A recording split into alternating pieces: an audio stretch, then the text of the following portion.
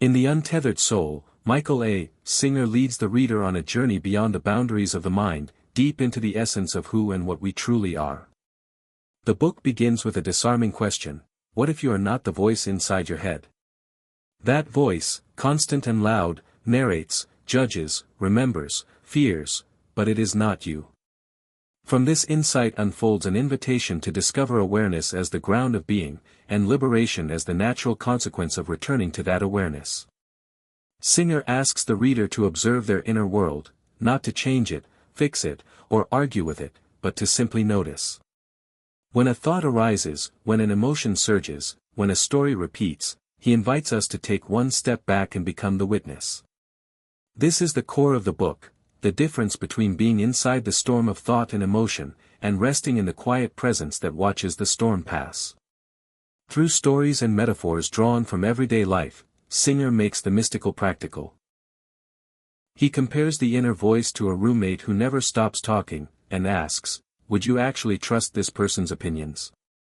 This gentle humor disarms defensiveness and opens the door to reflection. If we are not the voice, then who are we? What remains when the thoughts fall silent, when the heart releases, and when the grasping ends? Singer introduces the concept of inner energy, prana, chi, or spirit, and how it gets blocked by clinging to past pain or grasping at future fears. Every time we resist, judge, or hold on, we close ourselves. Every time we relax, surrender, and stay open, that energy flows freely. Our pain is not the event itself, he says, but our refusal to let it pass through us. Emotional scars are not healed by resistance but by release. This release is not an escape. It is a profound act of courage, to remain open in the face of discomfort, to breathe through the wave of anxiety, to let go of control when every part of you wants to hold tighter. Singer describes the heart as a spiritual center, and the practice of liberation as the decision to keep it open no matter what. To do this is to live in freedom, not because life becomes easy, but because nothing inside you is chained. He dismantles the illusion of safety. The mind, he says, tries to build a cage around life in order to feel secure. But life is change, and the cage always cracks. The only true security is surrender. Surrender is not passive. It is the deepest form of strength, the willingness to flow with life, to trust the current, and to let the unfolding of each moment be enough. Singer takes this further with the image of the thorn. If a thorn is embedded in your skin, you can either protect it for the rest of your life, avoiding everything that might touch it, or you can remove it. We live our lives trying to protect our inner thorns, our fears, traumas, and wounds. But this leads to a life of contraction. Freedom comes only when we face the pain and let it be released. He repeatedly points to the timeless awareness behind all experience. You are not your memories, not your beliefs, not your roles. You are the one who sees. You were there when you were 5, when you were 15, and you are still here now. That continuity, the unchanging witness, is who you really are. This awareness cannot be harmed, cannot be broken, and has no need to prove itself.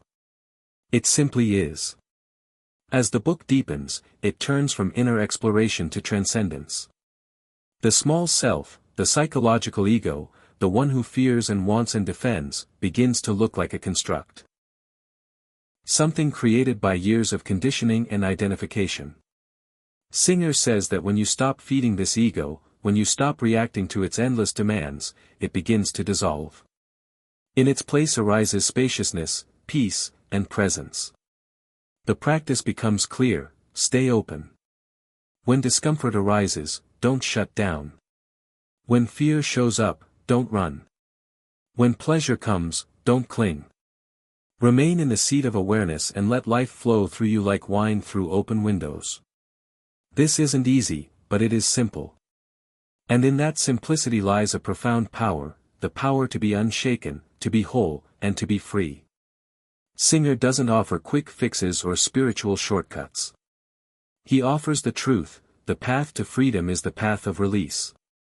Every moment is a choice, to close or to open, to contract or to surrender. And each choice rewires the soul toward either fear or liberation. Over time, the inner witness grows stronger, the heart opens wider, and the sense of separation dissolves. The spiritual journey he describes is not an escape from the world but a deeper immersion into it. When you stop needing the world to fulfill your needs, you become capable of true love, because you're no longer using others to plug your inner holes. When you stop fearing loss, you become fearless. And when you stop trying to control everything, life becomes a dance rather than a battle. The book ends with an invitation, not a conclusion. Live from your soul, not your survival. Let the voice speak, but don't obey it. Let the emotion arise, but don't become it. Keep your heart open in the face of every storm. Let life be what it is, and let yourself be what you are, not the content of your experience, but the space in which it all appears. The Untethered Soul is not just a book about freedom, it is freedom in book form. It doesn't preach or persuade.